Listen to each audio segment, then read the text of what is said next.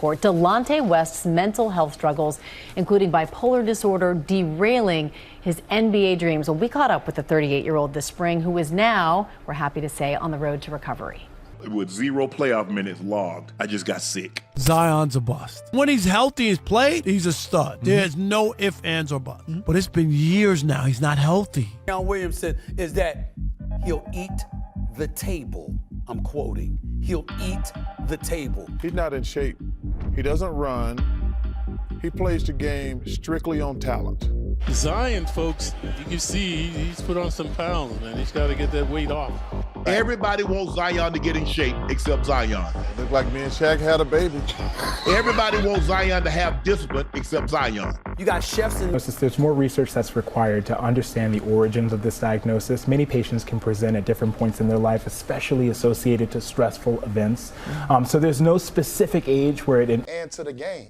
So that was a real expense. Allen Iverson changed that culture, but we had a dress code when I came. When you give young men millions of dollars, global fame, and a dating pool the size of a small country, you get chaos. The NBA is no stranger to scandals, but when love and lust get mixed with bad decisions, the fallout becomes legendary. These are the cautionary tales they don't teach at rookie orientation. I'm in the back. It's like during the game, somebody's like, yo, come in the back, come in the training room. I go in the training room. Nova dead, bro. I said, what you mean?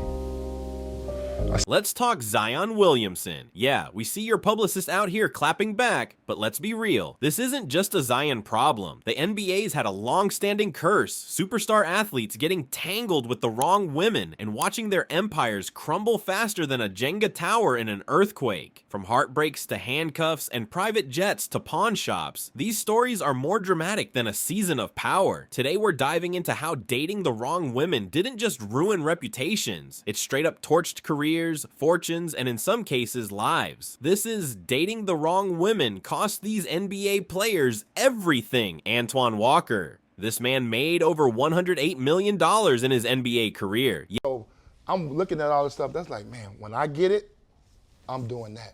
So when I came in, where I spent a lot of money, I had fetishes. Yet ended up filing for bankruptcy. A large part of his downfall? A 10-year on-again, off-again relationship with reality star Evelyn Lozada. Now listen, Evelyn isn't the villain here, but their jet-set lifestyle of Bentleys, champagne baths, and designer bags wasn't exactly financially sustainable. She even admitted in interviews that she got used to a certain lifestyle, and Walker tried to maintain it, even when the checks stopped clearing. Media Bleeding right now.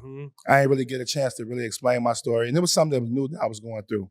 So at the same time that this process was going through over the 3-month period, Walker also tried to be the next Diddy, throwing cash like he owned a record label, multiple homes, dozens of luxury cars, and a gambling habit that could put Vegas casinos to shame. Add the 2008 real estate crash, and Walker was left drowning in debt. He even had to sell his 2006 Miami Heat championship ring for just $21,500. That ring was supposed to be forever. Instead, it became a reminder of how fast fortunes can flip, and the fallout didn't stop there. Walker's post-NBA life became a carousel of court appearances, debt settlements, and painful interviews. so a lot of high-end things. I was into designer watches, Rolexes, timeless pieces that you can have forever. So I was into those type of things. He even admitted that not only was he broke, but emotionally broken from trying to keep up appearances for Evelyn. A relationship built on image ended up costing him everything real. Now he teaches financial literacy, trying to save others from the mistakes that destroyed him.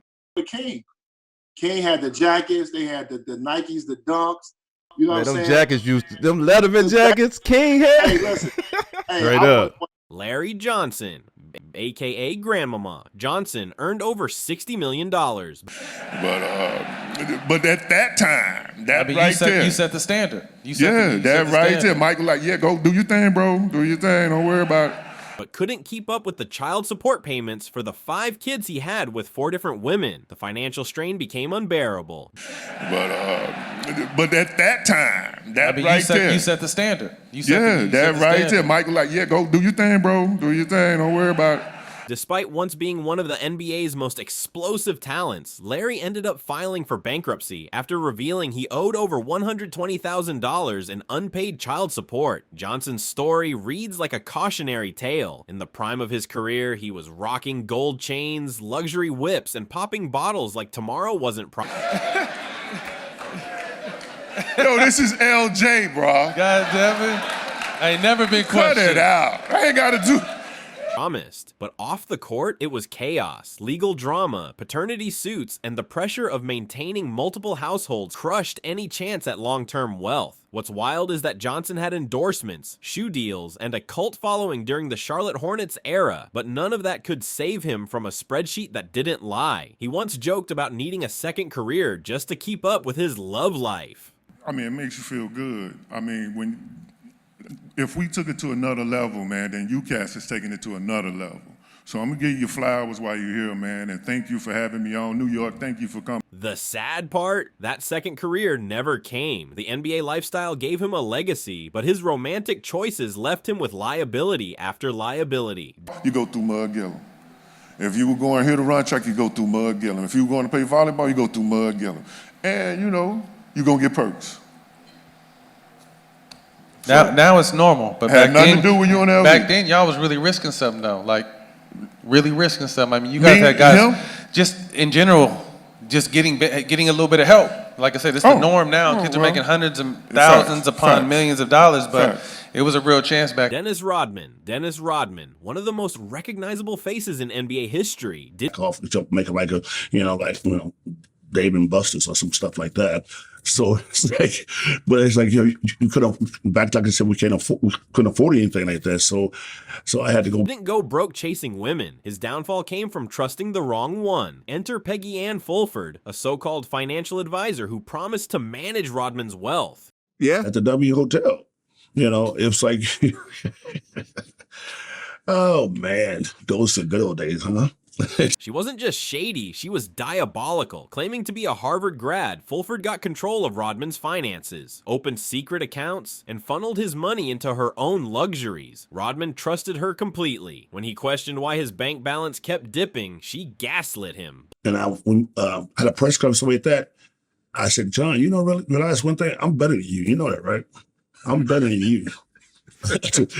Blaming his spending habits and lifestyle. Turns out, Rodman wasn't alone. Fulford scammed other pro athletes too. In 2016, she was finally arrested and later sentenced to 10 years in prison, but the damage was done. Rodman's finances were in shambles, and it wasn't just financial. Rodman's trust in people crumbled. And I had a press conference with that. I said, John, realize one thing? I'm better than you. You know that, right? I'm better than you. I'm better than you. I'm just letting you know. Betrayal ran so deep, he started questioning everyone around him. Friends, family, teammates. He was paranoid. Fulford wore pearls in court and smiled through the sentencing, while Rodman sat in the gallery, broke, bitter, and blindsided. The worst part, she lived like a queen off his money, while he was dragged through headlines as just another reckless baller. In reality, he was a victim of cold-blooded deception. And I read the book. I remember I read the book when it first came out. It was a New York Times bestseller. I mean, everyone was reading it. And I remember in the book, you said something interesting. You said, I'm not straight. I'm not gay, but I'm open to things, but I haven't actually messed around with any men at this point in my life, but I am open sexually. So can you sort of explain that? I could go in details, but no, it's just more like Eddie Curry. And then there's Eddie Curry. His story, straight out of a crime documentary. Like, that's crazy. My mother was the other woman, and we were the other kids. And I didn't know that. Like, I literally went over my grandmother's house, my dad's mom's house. Curry had it all. $70 million in career earnings, a promising future, and the skills to be the next big thing. But his life spiraled into tragedy. In 2009, his ex-girlfriend Nova Henry and their 10-month-old daughter were murdered by her attorney, who was also her alleged... I mean, there's so many just examples in your life that you like, this money is not important. I experienced. Stalker. The case was shocking, chilling, and deeply disturbing. Meanwhile, Curry's wife discovered he had been living a double life. The emotional trauma was devastating, but the financial damage had already begun. Curry was behind on mortgage payments, had his home foreclosed, and owed over $200,000 in unpaid debts. His career floundered, and he ended up playing in China, trying to claw his way back. The emotional toll of the murder, coupled with public scrutiny and financial stress, sick and no money being able to fix that. You know, I experienced losing a daughter and no money bringing her back, bro. It's like, what, you can pay for a nice funeral? Seemed to break Curry's spirit. He spoke candidly in later interviews about the depression that followed, the guilt he carried, and how basketball no longer felt like an escape. His talent was undeniable, but the weight of personal tragedy overshadowed any potential comeback. In the end, Curry's downfall wasn't about money. It was about everything money couldn't fix. I don't know, man. People say you can't love people. I really did feel like I loved more than one woman at one time, for sure.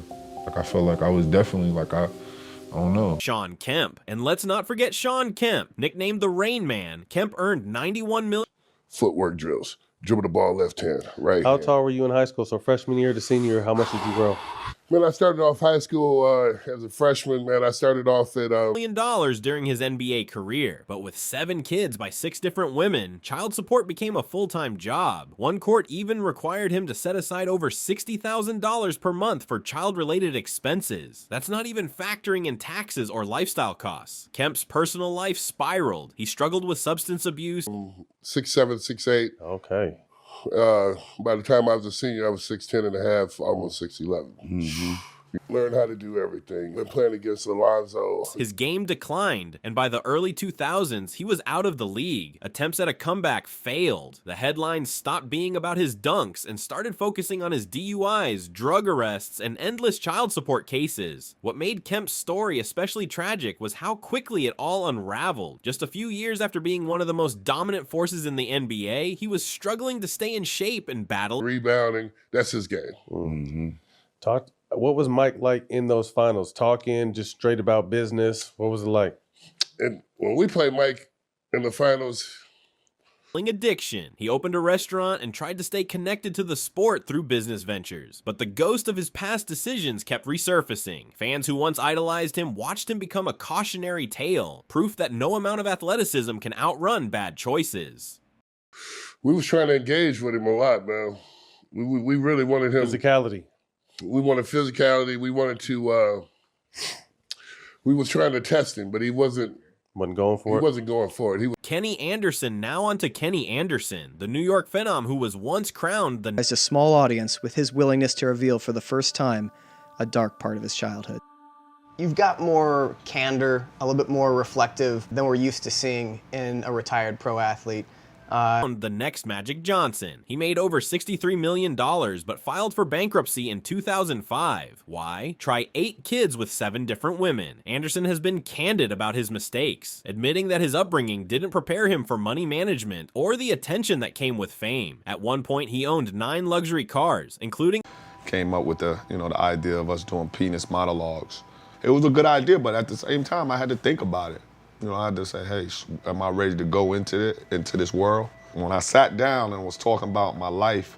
A Mercedes, a BMW, and a Bentley, but no real estate, no investments, no fallback plan. When the child support and alimony payments caught up to him, there was nothing left. Anderson eventually became a high school coach, teaching kids not just how to hoop, but how not to repeat his mistake. Then we moved to Left Rack City at like 9.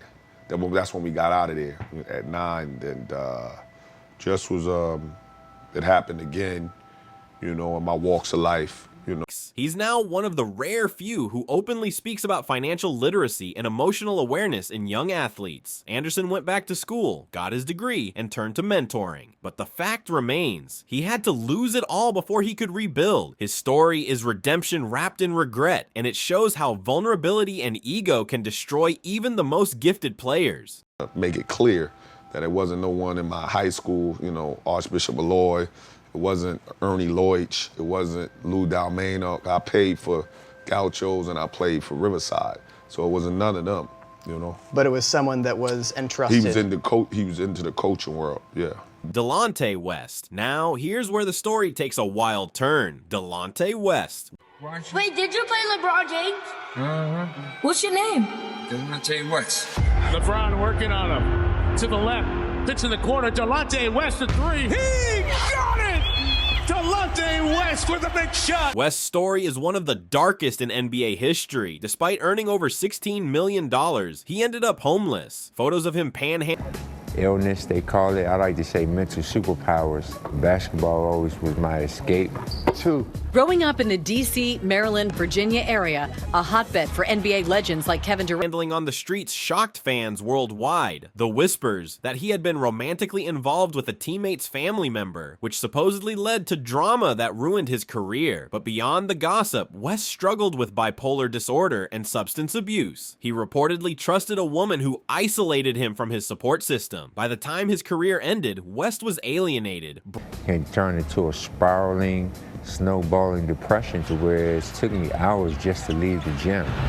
Broke and deeply in need of help. Even Mark Cuban stepped in, picking West up from a gas station and checking him into rehab. It was a rare moment of hope in a tragic story that highlighted the brutal toll fame, poor decisions, and toxic relationships can take. West's journey is still ongoing, though he's had multiple attempts at recovery, staying clean. He was always aware that he had therapists, doctors put in place to run the team. He wanted me to be the best person. Clean and stable has proven difficult. The women in his life weren't all manipulators, but those who preyed on his vulnerability helped accelerate his fall. His legacy is not just what he did on the court, it's the haunting image of what can happen when mental health and fame collide without support.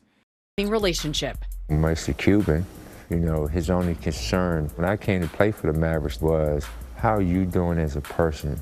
You know, how's your finances? You know, I know times I heard you get manic. He was always aware that he had therapists, doctors put in place to run the team. He wanted me to be the best person I can be. After his Gilbert Arenas, aka Agent Zero, had a story that feels like side here, right? So if you look at people in front of Bronny, people in behind Bronny, he is the best option at that point. So yes, playing in the G League, an action thriller. He earned over $160 million during his career, but his relationship with Laura Govin, who he had 4 children with, turned into a tabloid circus. Accusations flew left and right, cheating, violence, revenge. All your feelings go out the window. Who cares if he's ready or not? This is a moment in time. It's here, you have to take it. At one point, Arenas pulled a gun on a teammate in the locker room over a gambling dispute. The scandal got him suspended and ruined his endorsement deals. Meanwhile, he and Govin battled in court for years over child support, with Arenas claiming she spent $1 million of his money without his permission. By the time the dust settled, Arenas was blackballed by the league, and while he still had some earnings left, the legal fees... Totally understandable. And then from there is just go build, go get your confidence, because in the NBA, your talent doesn't change, your skill set doesn't change. It's really mental and then getting physically ready for that next level. Well, you said it'd be about 3 years before Bronny's ready. Public scrutiny and personal chaos stained his once promising career. Even after leaving the NBA, Arenas couldn't escape drama. His social media rants, messy custody fights, and interviews full of shade kept him in the headlines for all the wrong reasons. He became a meme, not a mentor. And while he now hosts a podcast and tries to reframe his image, the damage to his reputation and career trajectory is already cemented in NBA lore. He said, he just socks me. Boom! And I fall. And then he just gets on me, and he said, I am strong, but this motherfucker right here was unhuman, right? He said, turns me around, he's punching me and shit like this, and I'm sitting here like, oh shit, I'm about to die, trying to flip him over. He was like, this was literally a brick of a man. Like, this is crazy. He's like, Zion Williamson, and finally, Zion Williamson, still new to the league. Friends, little brother, older brother, and get on the plane and go to Memphis. What's your favorite dish? What you looking forward to eating? But already knee-deep in drama, his alleged affair with adult film actress Mariah Mills exploded across social media. She posted screenshots, videos, and threatened to release even more damaging content. Zion had just signed a $194 million contract extension, but now every move he makes is being scrutinized. His brand tarnished, his focus questioned, and his future suddenly less certain. And it wasn't just gossip. Mariah's relentless posts nearly became a digital hostage situation, causing sponsors to hesitate and fans to lose faith. The media frenzy became a distraction, and concerns about his maturity resurfaced. Dish, what you looking forward to eating the most? He trying to set me up. And no matter what answer I give, social media gonna clown me. So no clown. Critics started asking whether Zion had the discipline to lead a franchise, or if he'd become another what could have been story. One scandal shouldn't define a player, but in Zion's case, it lit a firestorm that still hasn't burned out. Don't clown me. So no comment. I'm sorry. You know what? It's all love. I'm just joking. Well, get some good turkey. We will see you tomorrow. Enjoy this win. Thank you. Happy Thanksgiving. Bye, guys. Behind the glitz of the NBA lies a reality many fans never see. These athletes are surrounded by temptation, pressure, and people who see them as walking ATM machines. Sometimes the danger isn't on the court. It's in the DMS, from romance scams and extortion to stalking and even murder. The wrong relationship can cost more than a paycheck. It can cost a legacy, a life, a soul. So what's the lesson here? Money and fame don't protect you from manipulation, betrayal, or heartbreak. In fact, they often make you more vulnerable to it. And now we ask you, if you had fame and fortune like these NBA stars, how would you protect yourself from the dark side of dating? Would you stay grounded or get caught up in the chaos? Let us know in the comments. Share your thoughts, your hot takes, and your own lessons about love and loss. And if you want more shocking tales, celeb drama, and behind-the-scenes NBA tea, hit that subscribe button. We've got more stories that'll make your jaw drop. Don't miss what's coming next. Stay smart, stay safe, and remember, some rebounds should never be chased.